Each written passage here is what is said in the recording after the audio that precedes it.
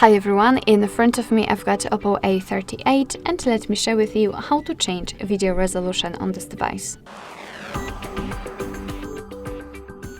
So let's start with opening the camera app, and currently we are in the standard photo mode. So first of all, let's switch to the video one, because there is a possibility that we will have some of those options highlighted. However, unfortunately I cannot see them, so no worries. If we are on the video, simply enter the settings, which are in the right upper corner, and they are pretty general, but that's okay.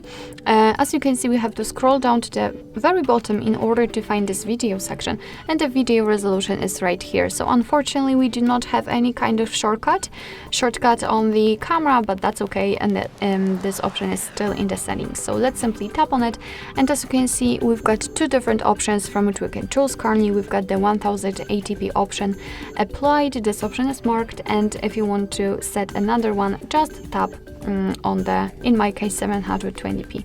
Right now it is marked, and after getting back you can also see that it is notified right here, which simply means that from now on your device will use the chosen resolution whilst recording a video.